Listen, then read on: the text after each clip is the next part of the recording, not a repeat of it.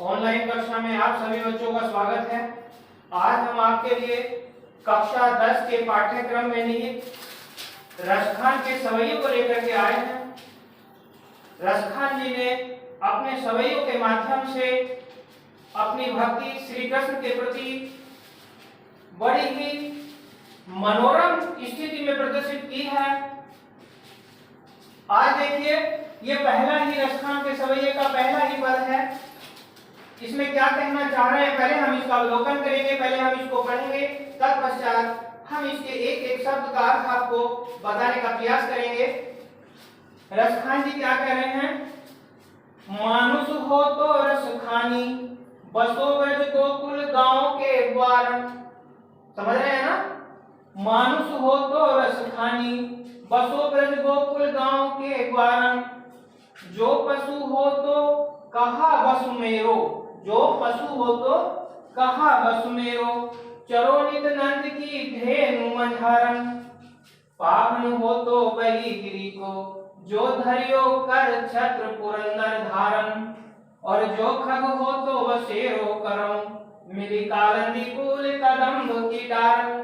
कितनी अच्छी भक्ति रस का प्रादुर्भाव इस सवैये के माध्यम से यहाँ पर हुआ है। अब हम इसके एक एक शब्द का अर्थ, उसकी व्याख्या, क्योंकि आपके पाठ्यक्रम में बोर्ड परीक्षाओं में जिस तरह के प्रश्न आते हैं वैसे ही प्रश्न हम आपको बताएंगे किस तरह का प्रश्न पूछा जाएगा और इसका उत्तर किस प्रकार से देना है ताकि आप अच्छे अंक प्राप्त कर सकें। देखिए, पहली पंक्ति में लिखा है इन्होंने मानुष। मानुष कहते हैं मनुष्य को। मानुष किसे कहा जाता है? मनुष्य को, क्योंकि इसमें ब्रज भाषा का प्रयोग किया गया है। और ब्रज भाषा का प्रयोग अब हम आपको हिंदी यानी कि जो हमारी खड़ी बोली हिंदी है उसमें हम इसको बताएंगे कि किस तरह से इसका अर्थ निकल करके आता है।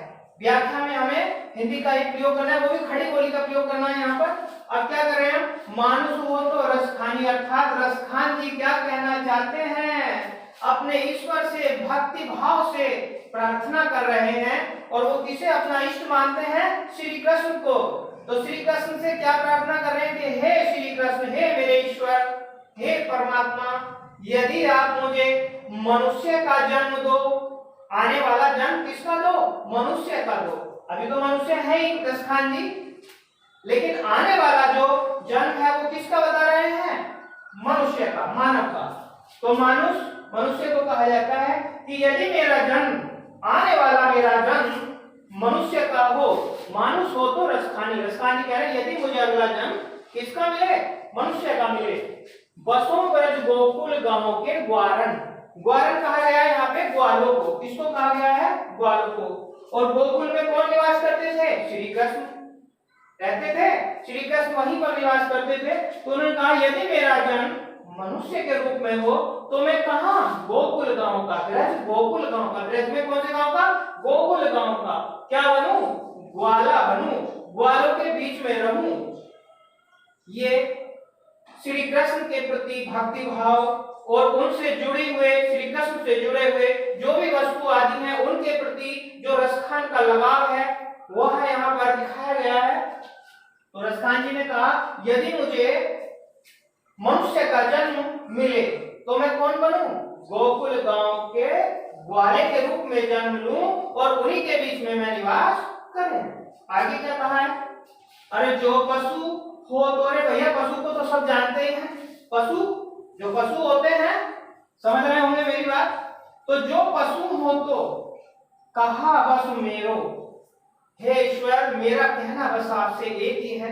क्या कह रहे? कहा बस मेरो, अर्थात मेरो माने मेरा, कहा क्या है? इतना है, बस माने इतना, मेरा कहना बस इतना है कि यदि मुझे पशु योनि में जन्म लेना पड़े, यदि मुझे पशु योनि में जन्म लेना पड़े तो क्या करें? चरो नित नंद की धेनु मंझारन, अर्थात मैं नंद बाबा, इसमें है ना नंद की धेनु, धेनु मतलब गाय। धेनु का अर्थ क्या होता है? गाय। तो धेनु बाबा नंद के पास बहुत सारी गायें थी, तो उन्हीं के बीच में वो रहना चाहते हैं कि यदि मुझे पशु योनि में जन्म लेना पड़े तो मैं बाबा नंद की जो गाय है उनके मध्य में चरूं। देखो इसमें आया चरूं, चरों का मतलब चरना, क्योंकि गैया, जब बहुत सारी गैया होती हैं तो वो दूर चरने के लिए वनों में जाती हैं, तो वो कहना चाहते हैं कि यदि मुझे पशु योनि में जन्म मिले तो मैं गाय बनूं, और गाय भी किसकी? नंद बाबा की। और कहाँ निवास करूं? गोकुल में। कहाँ? गैयों के मध्य में, जो नंद बाबा की गाय हैं उनके मध्य में मैं रहूं और उनके बीच में ही मैं चलूं, जाकर के चरा करूं।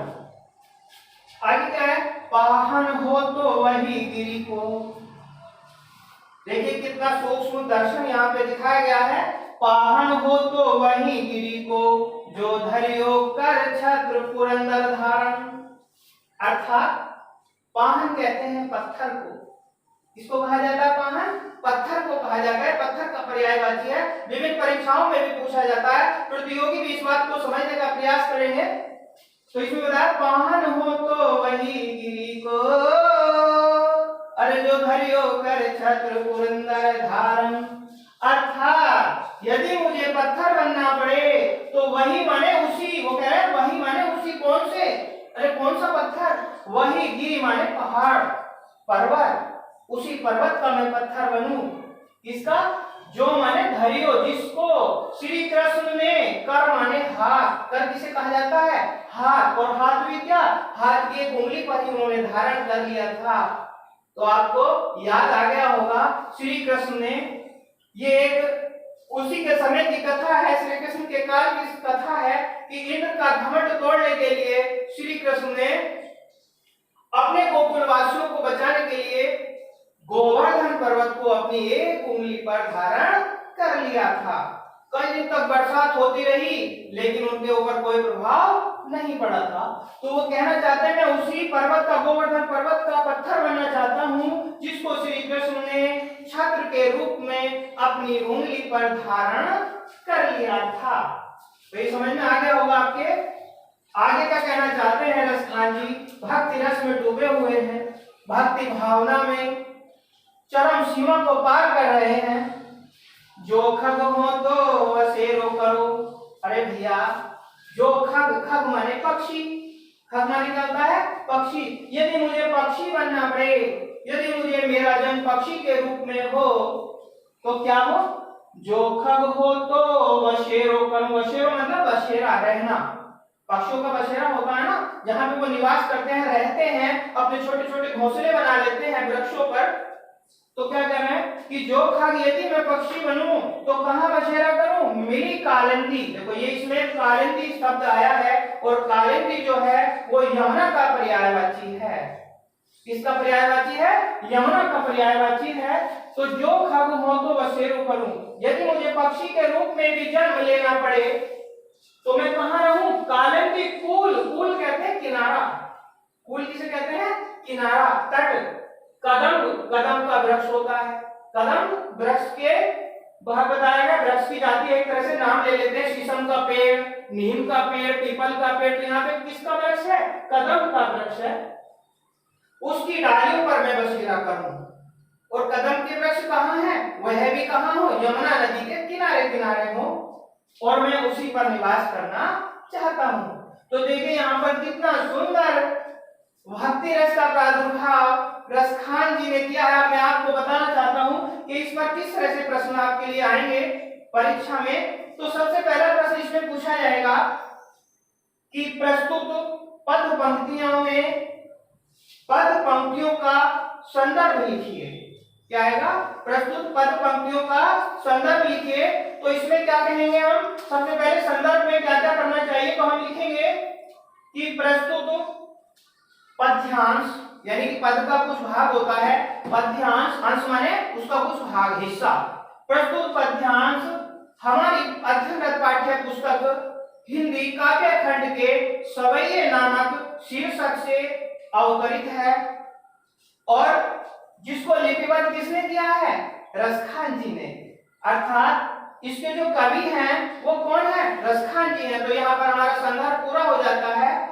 अब दूसरा हमें लिखना होता है कि इसका प्रसंग लिखिए। तो हमें प्रसंग भी इसका लिखना होता है। अब प्रसंग लिखते समय हमें क्या करना है? तो प्रसंग कहते हैं कि जो बात कोई कवि या लेखक किस विषय को लेकर के करना चाहता है, कहना चाहता है, वही उसका प्रसंग माना जाता है।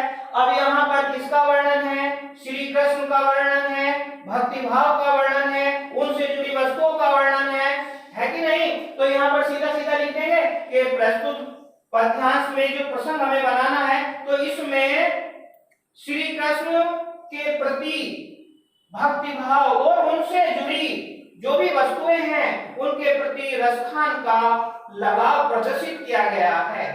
आगे व्याख्या में आपको हमने बताई है कि किस तरह से इसकी व्याख्या करनी है। एक एक शब्द का अर्थ हमने आपको बताया है। अब थोड़ा सा इसमें काव्य का सौंदर्य पूछ लेता है कि काव्य का सौंदर्य बताइए इसका। तो काव्य का सौंदर्य में हमें भाषा बतानी पड़ती है। कौन सी भाषा है? तो हम आपको पहले ही बता चुके हैं, ब्रज भाषा का यहाँ पर प्रयोग किया गया है रसखान जी के द्वारा। तो भाषा कौन सी हो जाएगी? ब्रज हो जाएगी। और छंद की बात आती है तो हमने पहले ही लिख दिया है, देखिए सवैये। तो क्या हो जाएंगे? छंद लिखे, छंद के आगे क्या करना है? सवैये हो जाएंगे।